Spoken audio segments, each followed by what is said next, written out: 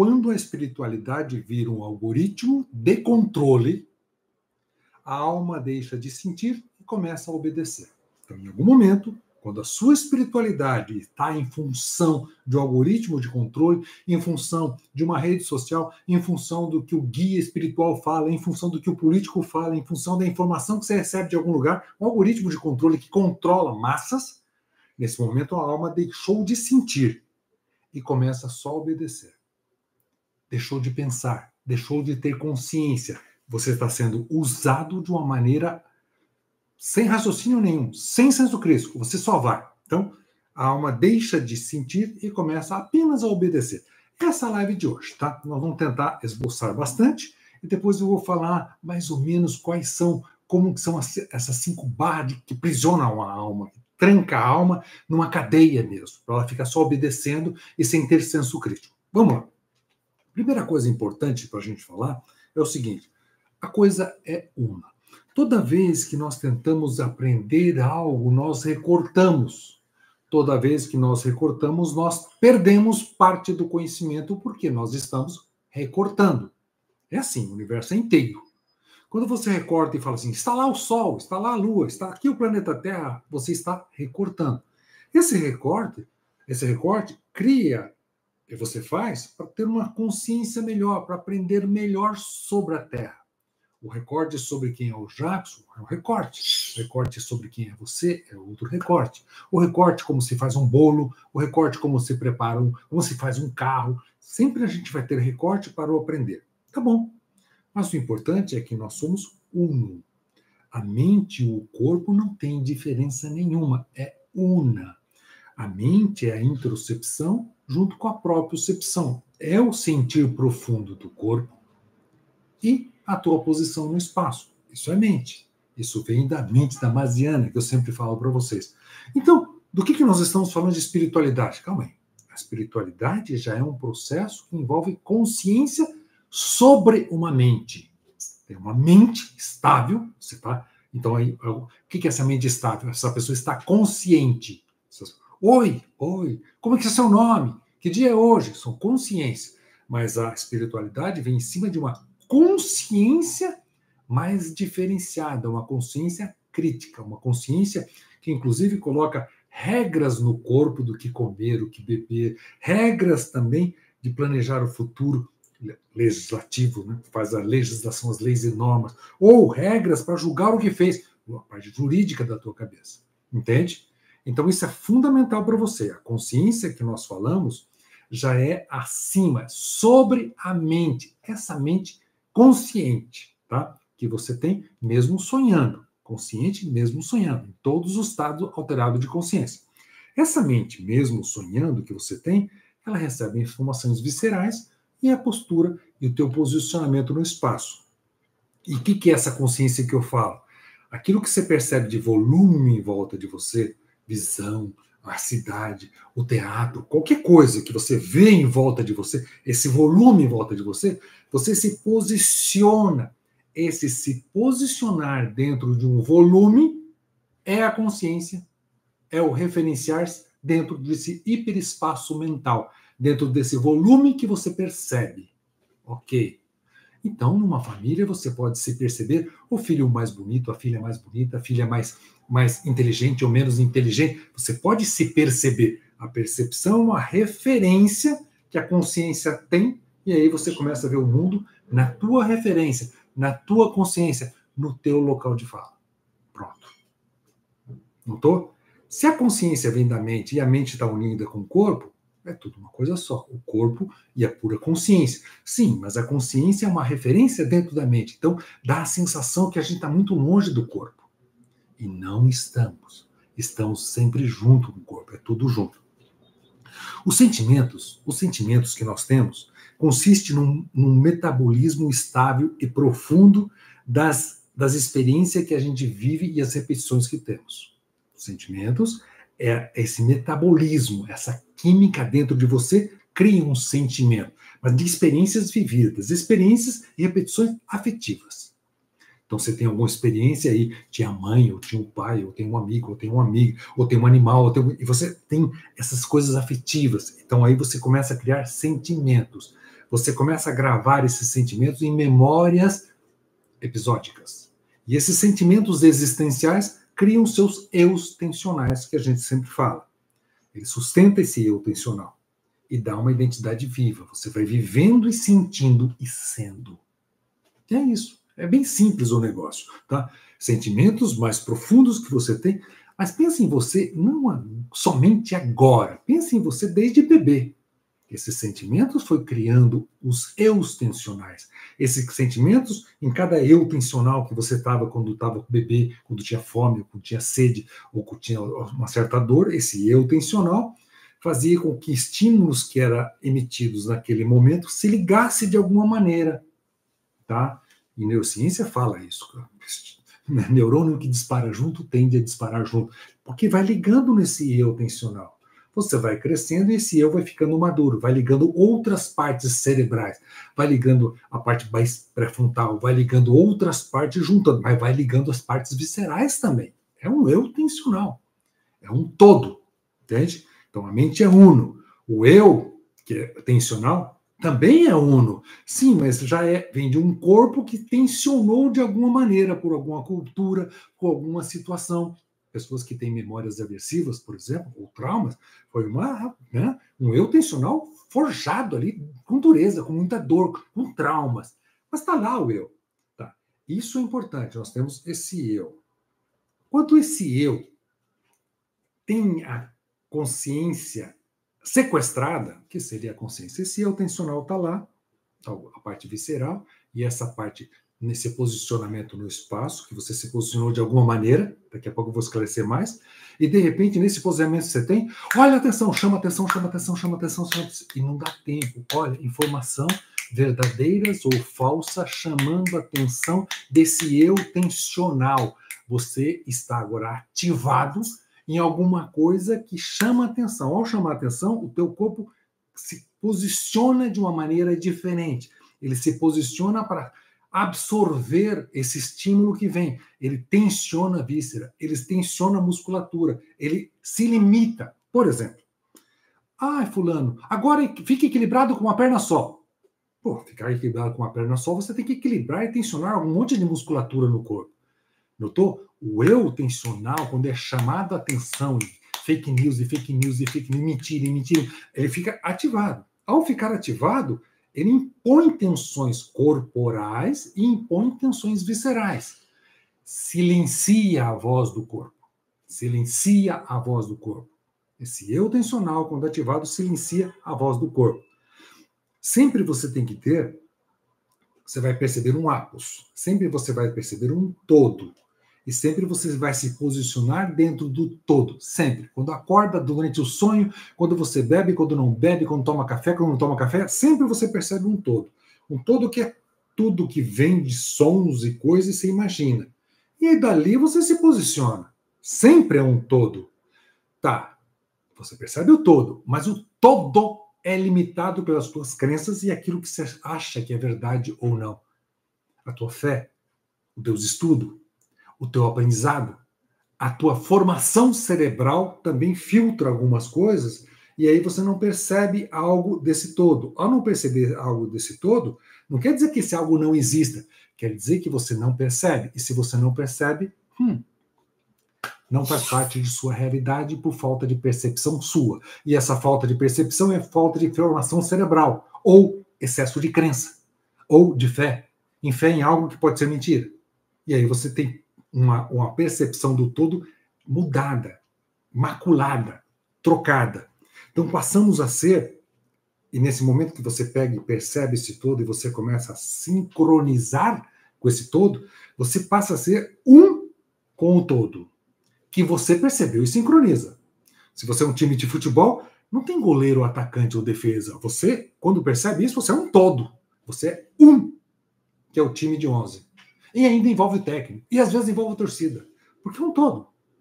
Então não tem mais os indivíduos, tem uma coletividade, tem um bando, tem um cardume, tem um movimento de pertencimento maior. Então nós passamos a ser um sincronismo e temos pertencimento com esse todo. Tá? Ok? Na consciência ativada também. Vem o estímulo, E eu percebo ser aquilo que me ativa. Sim, mas o que me ativa pode ser mentira.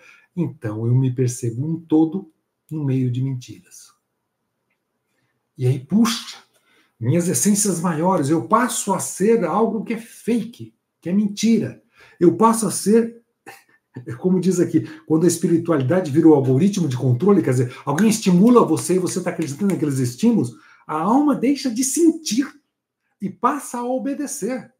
Você não sente mais o corpo e as vísceras, porque esse estímulo impõe nas tuas vísceras uma tensão, impõe no teu corpo uma tensão que não seria tua se não tivesse o estímulo. Mas por que esse estímulo vem? Para você obedecer. Não é mais para sentir o corpo. É para deixar de ser.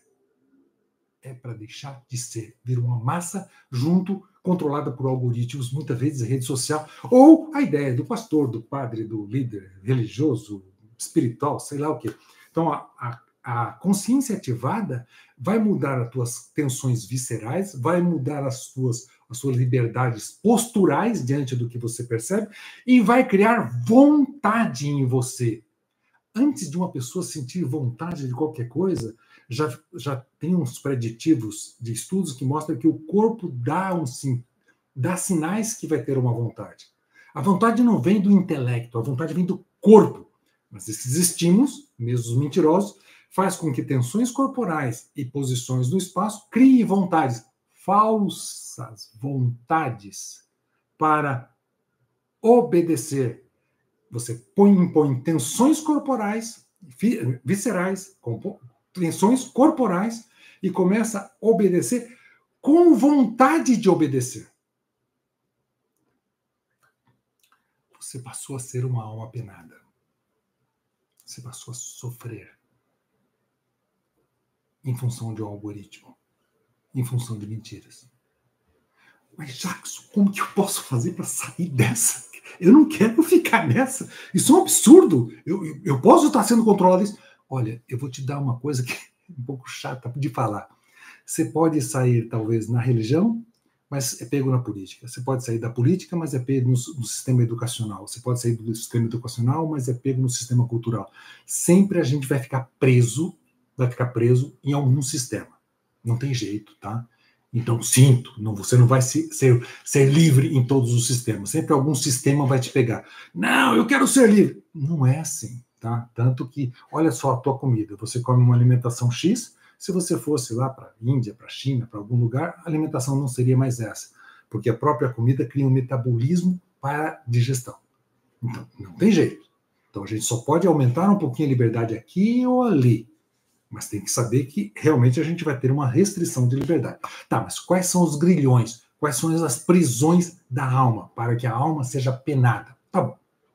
5 barras da alma penada que prende uma alma.